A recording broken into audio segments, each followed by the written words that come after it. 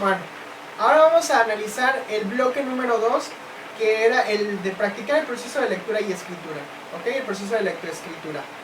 Aquí, bueno, vamos a empezar con esta introducción muy breve que nos dice que los procesos de comprensión, de lectura de textos diversos en múltiples registros y de la producción escrita se complementan. ¿Ok? En un nivel macro entendemos al mundo en que vivimos como un gran libro que debemos aprender a leer y el cual espera que dejemos alguna huella de nuestro paso por él. Así, en el nivel escolar es importante que leas mucho y escribas, por supuesto, mucho para formar estos dos hábitos que te ayudarán a formar tu pensamiento crítico y creativo y te dotará de buenas costumbres para que despiertes también este placer de la lectoescritura. Con todo esto podemos complementar la idea cuando yo les mandaba en el salón de clases a leer un libro de manera paralela a lo que revisamos en el salón de clases o en su libro de texto de manera cotidiana. Esto con la intención de poder precisamente recrear su imaginación, invitarlos a pensar y desarrollar el pensamiento crítico y creativo. El proceso de lectoescritura implica conocer, por un lado, las etapas de lectura y por otro lado, las etapas de la escritura. ¿Okay? Cuando hablamos de las etapas de lectura, vemos que son la prelectura, la lectura, la poslectura y el contexto. ¿Okay? Esas son las etapas del proceso de lectura que realizamos en el salón de clases y que poníamos ejemplos sobre cómo hacer este proceso, cómo dar alguna idea general de lo que se va a tratar un texto a partir de leer de primera entrada o de primera cuenta el título de ese texto, para que nos dé digamos una información general y podamos comprender de manera general de qué tratará ese texto.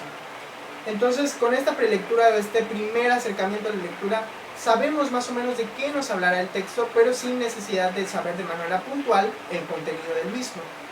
En el proceso de lectura, entonces, ya viene el proceso de conocer el contenido, de saber específicamente de qué nos estaba hablando ese texto, de poder abordarlo desde diferentes enfoques, de poder utilizar estrategias de lectura como son el subrayado, el resumen, algunas anotaciones que podemos hacer al texto si es que no estamos comprendiendo ciertas palabras, etc. y que nos ayuden a comprender el texto de manera integral. La etapa de poslectura es volver a releer el texto, de poder saber de manera muy puntual a qué se estaba haciendo referencia en diferentes partes de ese texto. Y el contexto, nos ayuda a saber en qué contexto, en qué lugar, desde dónde lo estamos viendo, desde dónde lo estamos analizando, para saber si estamos dando correctamente nuestra interpretación de esas lecturas o de esos contenidos a los que estamos teniendo acceso. Por otra parte están las etapas del proceso de escritura, que son la planeación, la redacción, la revisión, la reescritura y el estilo.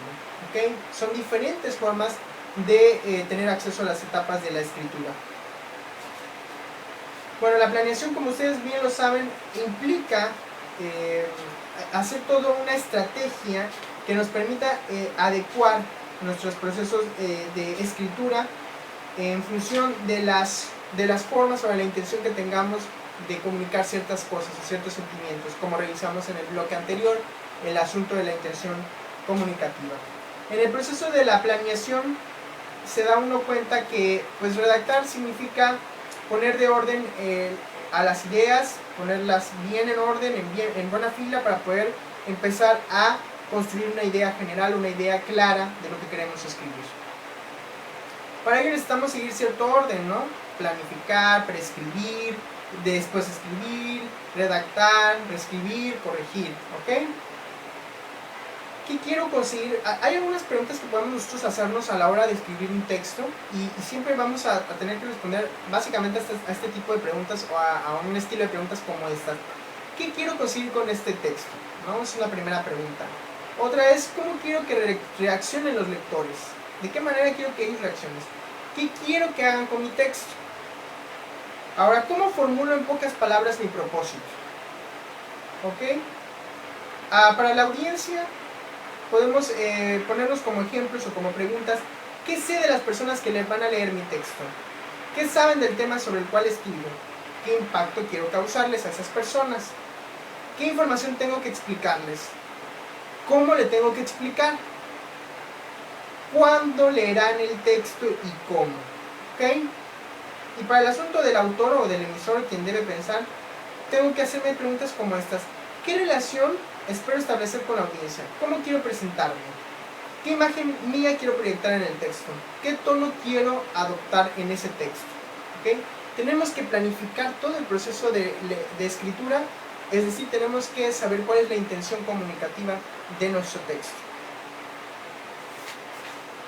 ¿Ok?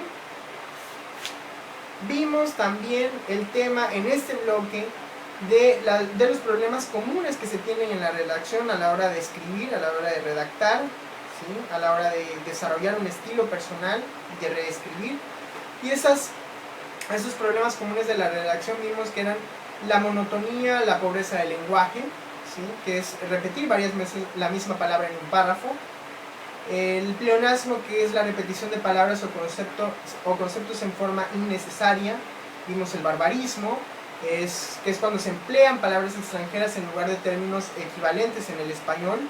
Vimos también la prótesis, que es agregar letras a algunas palabras, que eso lo utilizamos o se hace más bien muy común aquí en Veracruz a la hora de que nos comemos, o agregamos eses a unas palabras y le quitamos eses a otras. ¿Okay? La anfibiología, el doble sentido. Bueno, eso lo explicábamos de manera muy dinámica en la clase a través de pues, el doble sentido de este albur que siempre utilizamos los mexicanos, ¿no? La cacofonía, que es el mal sonido, la repetición de letras, sílabas, palabras, etc. ¿Okay? Como casi acabo con la comida, ¿okay? Vemos una repetición muy constante de la C y entonces se vuelve cacofónico. El queísmo y el gerundismo, que por un lado es la repetición constante de la partícula que, y por otro lado es el uso incorrecto de los gerundios, ¿okay? De los tiempos. Bueno, la otra fue la cosificación. Se nombra al mundo como una palabra, como si fuera una cosa, y generalmente eso lo hacemos cuando no sabemos la definición de algo o no recordamos el nombre de algo, ¿okay? Decimos, pásame esa cosa que, no sé, que sirve para hacer o generar aire. ¿Okay? Estamos hablando de un ventilador o de un abanico, pero no sabemos el nombre puntual y entonces cosificamos las cosas. Bueno, la otra es el mal uso de los planos temporales, y eso se los decía muy reiteradamente en el salón de clases cuando revisaban sus textos. Hay que tener que adecuar, debemos de adecuar los tiempos verbales en nuestros textos. No podemos hablar en pasado y de repente hablar en presente y en futuro y hacer una combinación, una mezcolanza, porque entonces no entendemos la intención del texto, no entendemos el texto porque están diferentes tiempos y no podemos saber cuál era la intención del autor ni qué es lo que quería expresar de manera muy puntual. ¿Ok? La falta de concordancia es que no exista relación entre plurales y singulares o entre el femenino y el masculino. Estos son algunos de los problemas comunes en la redacción y que lo revisamos en el salón de clases. Con eso, o de manera general, se concluye el asunto de la revisión del segundo bloque, que es la práctica del proceso de lectura y de escritura. ¿Okay? Ahora vamos a continuar con el bloque número 3.